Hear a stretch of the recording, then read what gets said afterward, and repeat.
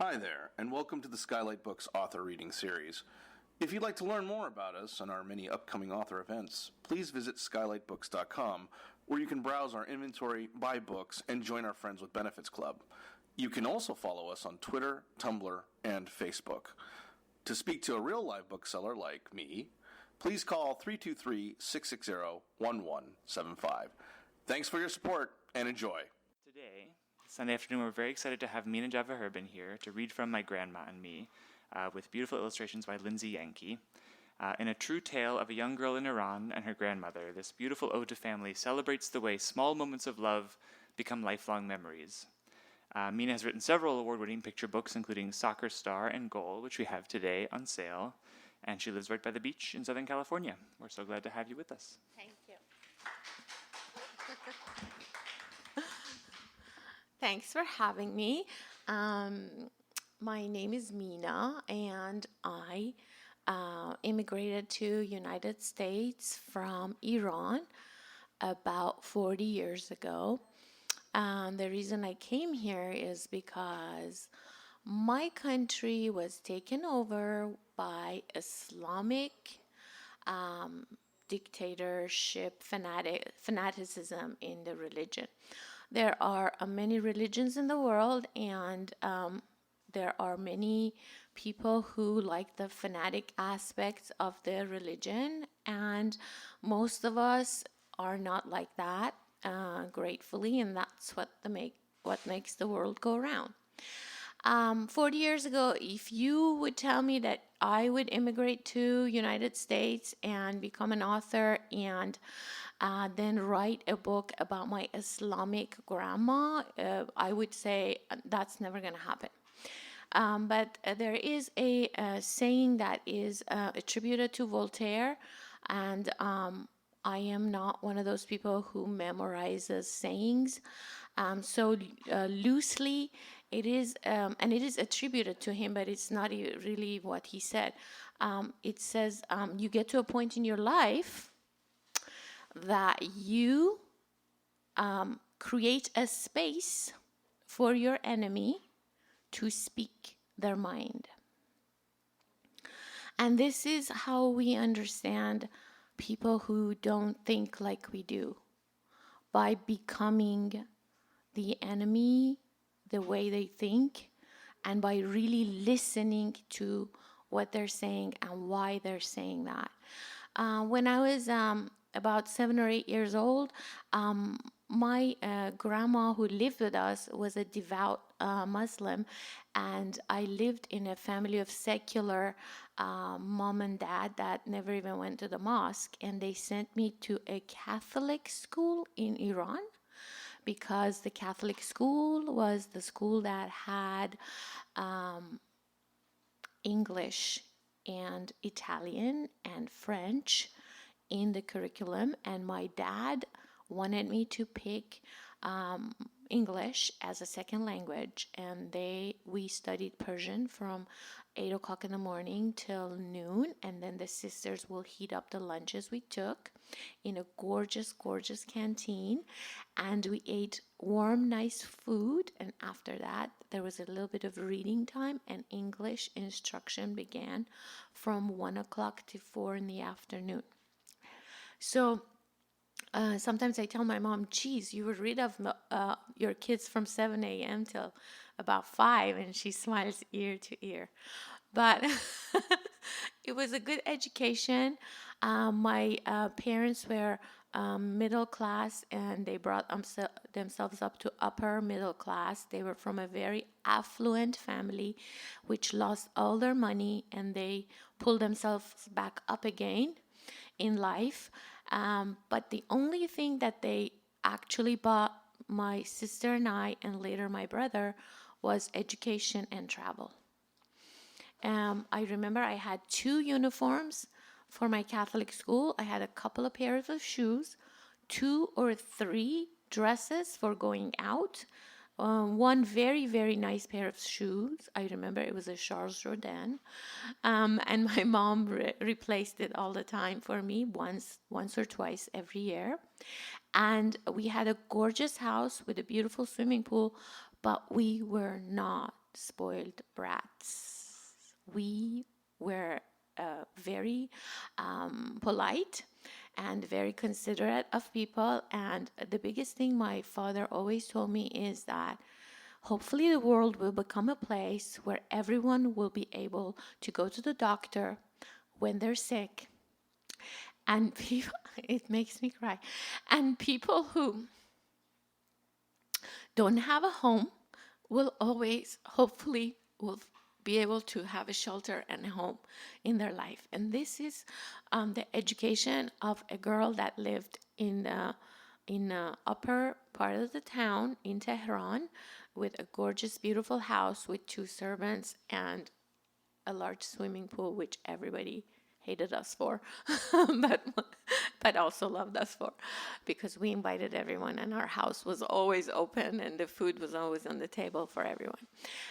There was love, and the basis of the love in our family was my grandma, the devout Muslim witch, always told my dad, "Oh, I wish you didn't drink alcohol, and I wish you guys did pray." But we didn't, and she was fine with that too, because she had love. When you have love and Donald Trump opens his mouth and says something, you don't have to attack and kill him or anybody else who attacks and kill us. We need to understand that. We need to listen to who he's talking to, why he's saying what he's saying, and what can we do if we are smarter than him. This is what love teaches us, and this is what my grandma taught us. And she just loved everyone. And my dad used to get mad at us sometimes, and his form of punishment was to take his flip-flops off and throw it at us. And I always knew I could hide behind grandma. And growing up, she lived with us because her husband passed away a long time ago. And she became an orphan at the age of 5. And she was married off at the age of 9. But my grandma knew how to read and write. Not only she knew how to read and write, her father knew how to read and write. That is 120 years ago, when less than 13% of the people of the world could read and write. My grandma and her parents, who died within a year or 2 of each other, I don't think they taught her how to read and write, but the older brothers and sisters knew that since they know how to read and write, now we're going to teach our little sister as well. And they did. And I think the way that she could read and write, and of course her prayers and her God, helped her a lot in the life that she had. Because later in life, she had many, many challenges. And my father, who his father was a well-off and well-to-do guy from a very well-off family in the bazaar of Isfahan. He lost all the money, and my dad had to go to work in the morning when he was in his, after elementary school, and then he had to go to school at night, and then when he was about 17 or 18, he said, "I need to learn English as well." This is the mindset of a worldly person that lives in Iran. So everyone in Iran is not a fanatic person or a Muslim even, because our next door neighbor were Christians. There's lots of Christians in Iran who are Armenians. And Armenia used to be a part of the Persian Empire, and these people never moved, or some of them came after the genocides and wars. They immigrated to Iran and settled there, and they call it their own country. And also in the city of Isfahan, where my dad is from, there was a huge settlement of Jews, because these are the Jews who were housed by Cyrus the Great. They came thousands of years ago, and Cyrus said to them, "You can live here. This is your homeland as long as you want. And you are Persians and you are Jews, and we respect your religion." So it's funny, because 3,000 years ago in Iran, there was a freedom of religion, and there's a Cyrus the Great had a cylinder that's written on it that everybody can practice their own culture, custom, and definitely their own religion. But they are part of the Persian Empire, and we are all together. And if anything happens to our nation of nations, we are the central government of Parse or Persia will take care of you. The founding fathers of America, they all have a little tiny notebook in their pocket, and they actually point out to it. It is called Cyropedia, and it's not amazing because Iran was a state of states. It had many states of different cultures, languages, and people with different religions, and that's how there was Persian Empire. Of course, remember that I keep saying was and was and was. It's important to read history. Let's see how a nation like that was perished. How did they go away? There's so many similarities between America and Persian Empire. It's unbelievable how they both operated. And we have states, and they had satraps. Each state of Iran were called satraps, and there were about 40 satraps in Iran. We have 51 or 50 states. So 50 states and one commonwealth, which is Puerto Rico. It's not Mexico. They're not Mexican in Puerto Rico, as people think. As some people, half of America thinks that, people. Come on. So this is the little background, and this is where we are in the United States 40 years ago, and I've written 6 picture books. I never thought I was going to write picture books, but I ended up writing them because they get finished faster, and I had 2 little kids, and I used to be an architect, and then I stayed home and became a mom and wanted to be creative, so I started writing books, and they started getting published. My first book, The Secret Message, is in 4th grade in America. It's been in the 4th grade textbooks for the past 8 years. I brought the 4th grade textbooks. Oops, domino effect. No problem. Thank you. This is the 4th grade textbooks in America, and this is The Secret Message, originally published by Disney. And it took me about 10 years to publish my first book. I probably got about 30 rejections before Disney accepted it. So every time I got rejected, I went home and cried, but I also edited and made it better. Crying is not enough. You just have to do a little bit more. So you edit, and then finally Disney buys it, and then you get a couple of huge checks, and you put it in the textbooks. 8 years in textbooks and counting, not bad.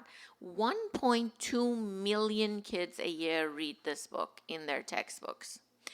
And this is, and every day we as authors, we get rejected and doors are shut in our face. And I have 6 picture books since 2010, but I've written about 60.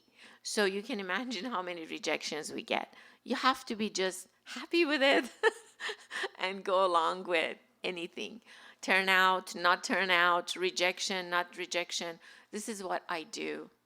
This is my passion. There's nothing else I'd rather do. And there are silent 1.2 million kids every single year for the past 8 years. That makes about 10 million people. This one, I have written the screenplay. It is ready. It is edited to death. And hopefully one day we will also have Disney make the book. Make the movie out of it. So this is based on a story by Rumi. And you might have heard of Rumi, who is a Persian poet who lived 700 years ago. And here's the irony or serendipity or the weird moment where I realized that this book was also adapted and written in the 4th grade in Iran. And I remember reading it in my 4th grade textbook because it's such a sweet story. I guess it's like from 4th grade up, you can understand this, people. And then, of course, I went on to write another story based on a Rumi story called Elephant in the Dark, that people are starting to learn about it, even though, it takes a while for people to catch on to books. That one came out in 2014. And The Secret Message was bought by Scholastic. It's reprinted again, and it's sold at the club level. And Elephant in the Dark is also by Scholastic. And I have 3 of my books with Candlewick Press. The latest is My Grandma and Me. And then I have Goal and Soccer Star, which are both fantastic for your soccer-loving family or friends, because it touches lives of kids on different parts of the world, Brazil, South Africa, and it not only addresses the joys of soccer and the fact that it universally bonds us together, but it also talks about the child labor in Brazil and the poverty and the bullying and the unsafe streets, all the and children's issues that they have to face in their countries. So I have a big side of social justice in me, and it was cultivated by my dad, who basically made himself to who he is and made his kids to who we are. And I break up when I talk about him because he has Alzheimer's now. And every time I show him My Grandma and Me, he goes, "Oh, this is about my mom," and then he forgets again. So it's funny because 5 minutes later I can show him the book and says, "Oh, you wrote a book about your grandma." So I'm happy he still knows who we are, and he still realizes that's a book about grandma that I wrote, which is fantastic. So I don't know, my slant is social justice, love. There's so much similarities. When we traveled around the world, which was the best gift that money can buy you. When you get money, don't buy the latest shirt or purse or shoe. Go travel, see the world, and see how similar people are to you. It's such an opening experience, because when we had to immigrate from Iran, I wasn't lost. I could identify with the American culture, and I could speak English, and I will never leave my heritage and the richness of history and culture that Iran has. But I'm so happy that I can communicate it with people in America. And that's a gift that not a lot of immigrants have. But I think we need to work a little bit on that and get out of our own enclaves and hang out with everybody else and learn the language and be appreciative of the country that is hosting us. Because after all, nobody wants to immigrate. Nobody wants to immigrate. Nobody wants to leave their country. But when we come, you're here, it's like going over to someone's else's house as a guest. Of course, you become a citizen of the United States after a while if you choose to be, like I am. But, you got to clean up and after yourself and speak the language and mingle and understand the culture in order to bring up your own kids, in order to be able to not only transfer the rich, beautiful history and heritage that belongs to the world, to America and Americans, but also learn the pioneer vision and the hardworking and the hopefulness of Americans that we have. And we're like, yeah, we can do this. Oh, we're going to make a country, and we're going to do this, and we're going to build these things, and we're going to go to the moon, and because we have that spirit. That's such an American spirit. Now, if you tell that to somebody in Europe, they'll say, I will do that, but right now I have to take my cafe. It's the cafe time. And if you say that to someone in Iran, they'll say, I will do that after the tea break. So in America, they'll say, okay, let's go. Nobody, we have ants in our pants and we need to dance. I don't know what's going on with us, but I love that, and it just kind of like puts us together. Like, you have these, Europeans or Asians. I call myself an Asian because I'm from the continent Asia, and we all have different attitudes to our lives, and that's a huge generalization, but because I don't know, maybe it's all the past and the history and all the bad stuff that's happened to us throughout history. We're all like, oh my God, now we have to do this, and then Genghis Khan is gonna come and kill the whole entire goddamn country. It's like, oh, I mean, he killed millions of people, and completely flattened Persia, and then they came back up again. But so many things, or Alexander the Great. You guys call him Alexander the Great in the West. We call him Alexander, the son of a one, because he burned everything we had, like humongous libraries and everything that was written, and just kind of like leveled the observatories. And we have a huge history thing about him. Oh, Alexander the Great took care, killed all the corrupt Persians. Guess what he did? Right away, he turned around and married a Persian lady, became Persian, lived in Persia, and gave all the administrative work back to the Persians again. Said, I don't know what's going on here. You guys take care of this. I have no idea how to run a state of states. I don't know. I've never been a king before. Sorry, and he basically, the whole culture took over him, but nobody talks about that. No. Anyway. This is what we do. Persians, we silently go around and brainwash people into our culture and how gorgeous our everything is and how yummy our food is and how, charismatic our Rumi is, and everything else that we try to lure you into loving us and knowing us. And I think it just comes with time, because we are a little bit of a nation that's older than history. And at the end of the day, we've learned the only thing that saves the day is love and loving everyone. Everyone's welcome. And we are overly hospitable in Iran, even now with those wonderful people at the helm. Of course, I'm not going to ever go back, but until they're there, because I just don't want to go back. But anyway, let me read from My Grandma and Me, and wrap it up. All right. There's, if you want to look at the pictures, you want to come closer, or you're good over there, or whatever. My Grandma and Me. Oh my God, these pictures by Lindsey Yankey are just okay. Lindsey is Christian heritage from Kansas, and I am Muslim heritage from Iran. How cool is art? Huh? It's cool. All right. So this is autobiographical. When I was growing up in Iran, my grandma lived with us. I followed her everywhere.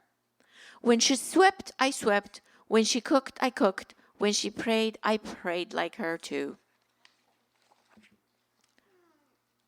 I will show the... At dawn, when she woke up for namaz, I woke up with her too. Praying at dawn is my favorite, she would say with a smile.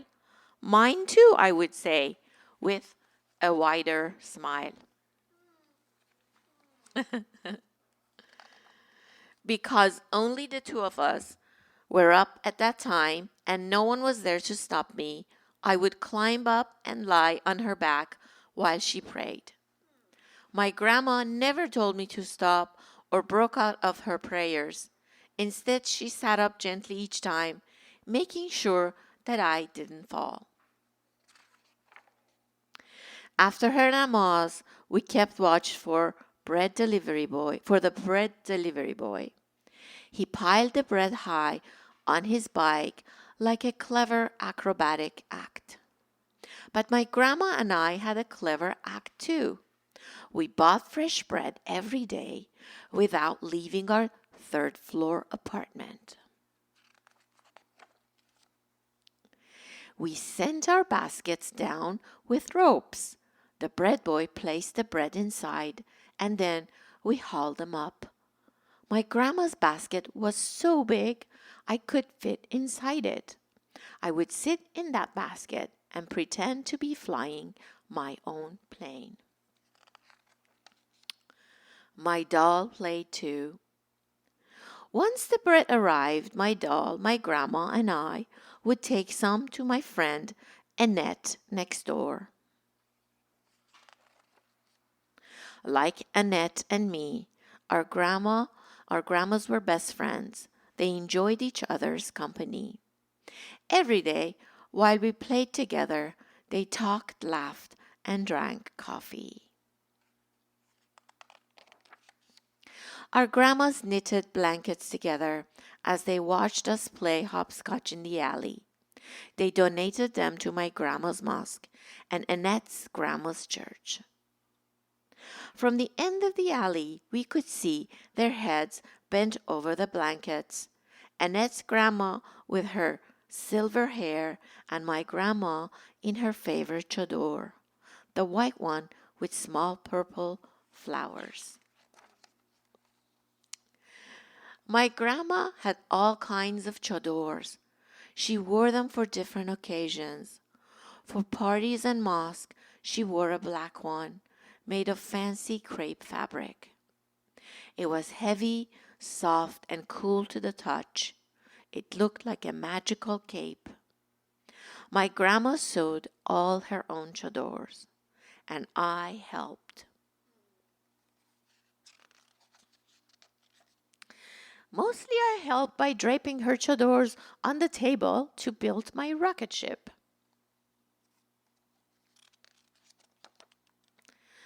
Or tying her chador around my neck so I could fly from the moon to planets. I was a super astro explorer.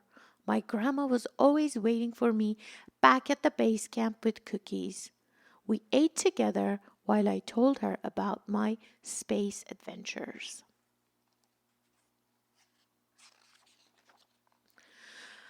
During the holy month of Ramadan, my grandma did not eat from dawn to dusk. When she woke up to eat, before sunrise, I woke up to eat too. "You're too young to fast just yet," she said to me. I ate with my grandma anyway. Then I ate as usual during the day, and after dusk, at iftar time, I ate with her again.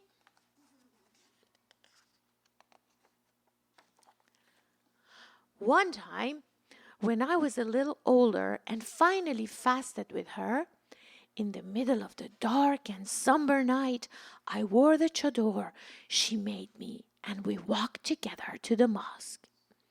Inside, the lights shone bright, and no one was quiet or somber. People laughed and ate and talked until it was time for prayers. My grandma prayed for Annette's grandma. She prayed that Annette's grandma would go to heaven. After prayers, there was tea and milk and dates and sherbet and cookies. In the mosque's kitchen, volunteers cooked rice and stew in giant copper pots. Some ate at the mosque while others took the food home. We filled a dish, and on the way home, my grandma left it for a man sleeping on the sidewalk. As we walked away, she said a prayer for the sick and the poor in the world. The next morning, when I saw Annette, she whispered a secret to me. "Last night at the church, my grandma prayed for your grandma to go to heaven." My eyes widened. My grandma did the same thing at the mosque. Annette and I looked up. Our grandmas were talking and drinking coffee together. I could imagine them knitting and laughing together anywhere on earth, on Mars, or in heaven. In this big universe full of many moons, I have traveled and seen many wonders. But I've never loved anything or anyone the way I loved my grandma. She was kind, generous, and full of love. I still want to be just like her. So that is... Thank you. So that's the story of my grandma. And if anybody has any questions, I mean, we have all the back stock. We have the grandma and me here. They're all for sale. I will probably sign a few and leave at store. You can tell your friends and family to come later. Sundays are hard. People have things to do, places to go. And my Gmail is Mina Javaherbin @gmail.com. You can Gmail me. You can send me cusses. You can send me happinesses. You can send me questions. Anything you want. I'm here. I take it all. Yes, question. Yes. Yeah.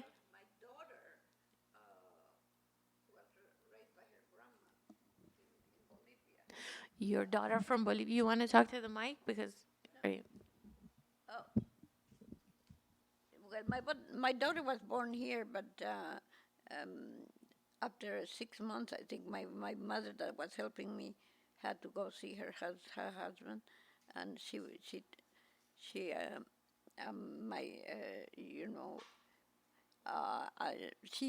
took the baby because I had to work.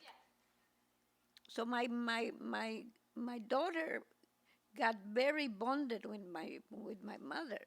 And it was hard for her to bond me because I went back to Bolivia, get her 1 year, but she was, still very bonded with her. So they came back when she was 3, but she was so attached to grandma that was very hard to unattach. I was also very attached to my grandma, but nothing replaces a mom and a love of mother. And of course, it just doubles the fact that, she loves her grandma as much, so yeah, it's beautiful. We all love our grandmas, don't we? Living in different countries, immigration, going back and forth, making a living. Yes, absolutely.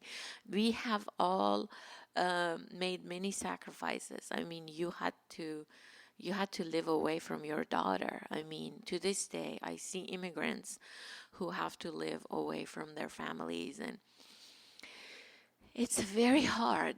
And like I said, nobody wants to immigrate, but we do because of the situations that are built for us, politically, financially. There's just so much going on in the world. And the more we talk about it, the more people who are lucky enough to were born and raised in their own country, in their own city, some even in their own neighborhood. Oh my God, I'm so jealous of them. It's impossible how jealous I am. People go to their high school reunions. I just want to go, oh, I'm so jealous. God knows where all my high school friends are. I mean, rest in peace the ones who were taken by the revolution and the war.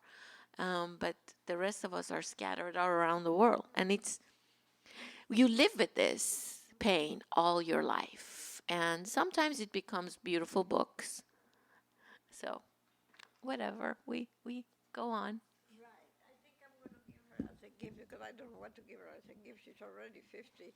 Maybe I'll give her this. Yeah, I mean, I appreciate people buying picture books for their kids that are in their 50s and 40s. But to tell you the truth, before becoming an author, I was an architect.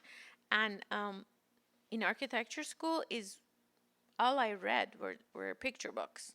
I'm in love with picture books. I mean, right now, if you tell me if I read, the two things that I read are picture books and books that are based on truths. I mean, autobiographical books about nature, books about biographies, books about people's lives.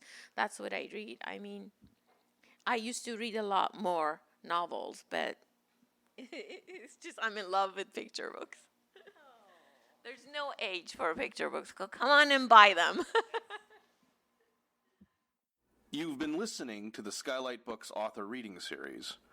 Don't forget, you can listen to this and all of our other great podcasts at skylightbooks.com. Thanks again for stopping by, and we hope to see you soon.